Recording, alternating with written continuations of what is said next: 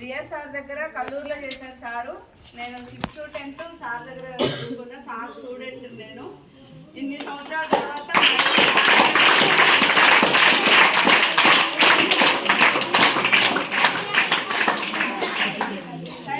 నేను చెప్పడం నాకు చాలా హ్యాపీగా ఉంది. ఇక్కడ చిన్న విషయం ఇంకోటి ఏంటంటే, ఒక సార్ స్టూడెంట్ అయి ఉండి ఒక మంచి పొజిషన్లోకి వచ్చి సార్ పక్కనే కూర్చొని మనకి ఇన్ని విషయాలు చెప్పగలిగారు. మీరు కూడా అంత స్థాయి తెచ్చుకోవాలి. ఉద్యోగం ఏదనేది ముఖ్యం కాదు, వ్యక్తిత్వం ముఖ్యం. అర్థమవుతుందా? ఆ స్థాయి అంటే మా ఉపాధ్యాయులతో పాటే సమానంగా కాదు, ఉపాధ్యాయుల కంటే కూడా ఇంకా మేము పై స్థాయిలోకి వెళ్ళాలి అన్నంత కష్టపడి చదవాలి మీరు. అర్థమైందా? ఇప్పుడు మొన్నే చెప్పుకున్నాం మనం టీచర్స్ డే రోజు. ఒక డాక్టర్, ఒక లాయర్, ఒక పోలీస్, ఒక ఫ్యూన్, ఎవరైనా ఎక్కడి నుంచి తయారయ్యారనుకున్నాం? టీచర్ దగ్గర నుంచే తయారయ్యారు. అంత తయారై పై స్థాయి జడ్జి, కలెక్టర్, సీఎం, బిఎం వీళ్ళందరూ కూడా ఒక టీచర్ దగ్గర నుంచే తయారయ్యారు కదా. మరి టీచర్తో సమానంగా కూర్చోగలిగే అర్హత ఎంతమందికి వస్తుంది? టీచర్లతోని గడగడలాడించే అంత పరిస్థితి ఎంతమందికి వస్తుంది? అంతా మీరు కష్టపడాలి. మేడం ఇంకోసారి క్లాస్ పెట్టండి.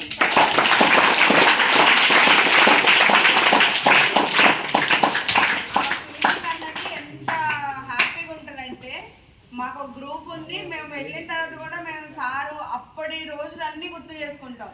సార్ మమ్మల్ని ఎలా అయితే సిస్టమేటిక్ ఉంచారో, క్లాస్లో ఏం జరిగినాయో, మేమంతా అందరం వేరే వేరే చోట్ల సెటిల్ అయి ఉన్నారు. కానీ మేము ఇంకా ఆ చైల్డ్హుడ్కి, ఆ ఏజ్కి వెళ్ళే సార్ గురించి మాట్లాడుకొని చెప్పుకుంటాం. సారు మాకు చాలా ఇయర్స్ తర్వాత మళ్ళీ నాకు కలిసారు. ఒక స్కూల్కి అవేర్నెస్ ప్రోగ్రామ్కి వెళ్తే సారుని గుర్తుపట్టి మాట్లాడటం జరిగింది. సార్ ముందు నేను ఇది 2వ 3వ అవేర్నెస్ ప్రోగ్రామ్ పెట్టడం.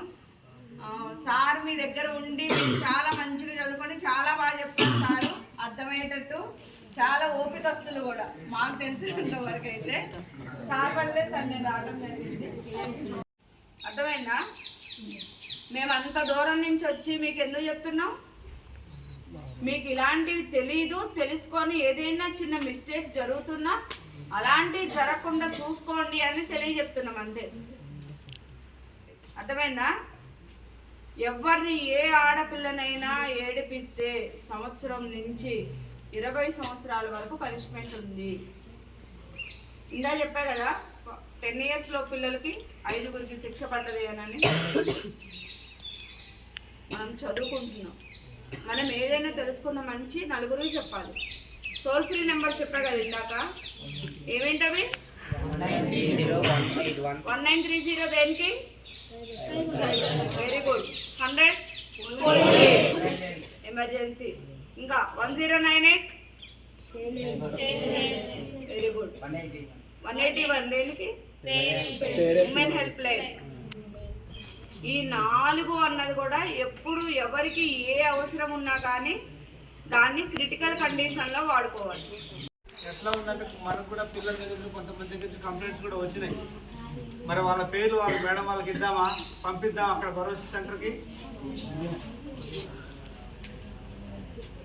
ఏమైంది? మీ లైఫ్ ఇప్పటితో క్లోజ్గా ఇంకేం ఉండదు. మీరు ఏదో అనుకుంటారు, నేను అమ్మాయిని తిడుతున్నా, వాడిని అంటున్నా, మాకేం తెలియదు. కానీ మీ దగ్గర మీ జరిగే ప్రతి విషయం కూడా మేము తెలుసుకుంటూనే ఉంటాం. ఇప్పుడే చెప్పారు మేడం గారు ఏమని, నీకు ఉద్యోగంలో సెలెక్ట్ అయింది కానీ అతనికి ఉద్యోగం వచ్చేవరకు కూడా తెలియదు. ఆల్రెడీ మనం 9వ క్లాస్లో కూడా చెప్పుకున్నాం. వాడికి ఒక మంచి అఫీషియల్గా సాఫ్ట్వేర్ ఉద్యోగం వచ్చినా సరే వాడి యొక్క ఫేస్బుక్, ఇన్స్టాగ్రామ్లో ఉన్న బ్యాడ్ మెసేజ్ వల్ల వాడి ఉద్యోగం ఇవ్వలేదు. అది మీకు తెలియదు. మళ్ళీ సైబర్ క్రైమ్ ఎంత డేంజరో, దాన్ని ప్రొటెక్ట్ చేయడానికి పోలీసు వాళ్ళు కూడా అంత సెక్యూరిటీగా పనిచేస్తుంటారు. మనకు తెలియకుండా మన డీటెయిల్స్ అన్నీ వాళ్ళ దగ్గర, మీకు తెలుసో తెలియదు, మా డీటెయిల్స్ కూడా వాళ్ళ దగ్గర ఉంటాయి. ప్రతి ఒక్క డీటెయిల్స్ ఉంటాయి. ఫోన్ నెంబరు, ఆధార్ నెంబరు, మీ ఇన్స్టాగ్రామ్ అకౌంట్ ఉంటే ఇన్స్టాగ్రామ్ అకౌంట్లో కూడా అన్నీ ఎప్పటికప్పుడు అబ్జర్వ్ చేస్తూనే ఉంటారు. సపరేట్ టీం ఉంటుంది. క్రైమ్స్ని మొక్కలోనే మీ స్టేజ్లో తుంచేస్తే సేఫ్గా ఉంటారు, ఇంకా పెరగకుండా ఉంటాయి. మీరు ఎందుకు తొందరగా అట్రాక్ట్ అవుతారు? పిల్లలు తొందరగా అట్రాక్ట్ అవుతున్నారు, వాళ్ళ లైఫ్ చాలామంది స్పాయిల్ చేసుకుంటున్నారు. అందుకోసం అనేది చెప్పేసి మీకు స్పెషల్గా మేడం గారి స్పెషల్ మేము చెప్తున్నాం కదా వెహికల్ ట్రబుల్ ఇచ్చేసి ఎంతో ఇబ్బంది పడి ఇంకా లంచ్ చేయకుండా వాళ్ళు మేడం గారు లంచ్ చేయమంటే ఇప్పుడు వద్దులేండి అన్నారు. లంచ్ చేయకుండా పొద్దున్న నుంచి ఎప్పుడో బయలుదేరి ఇక్కడ వరకు వచ్చారు. మీ రికార్డ్స్ కూడా అన్నీ మా దగ్గర ఉంటాయి. ఏమన్నా ఉంటే డిఫరెన్సెస్ ఉంటే మీకు చెప్తూనే ఉన్నాం, మిమ్మల్ని మీ పేర్లు అవి పంపిస్తామని. అట్లాంటివి వస్తే ఈసారి సీరియస్గా పంపించడమే ఉంటుంది.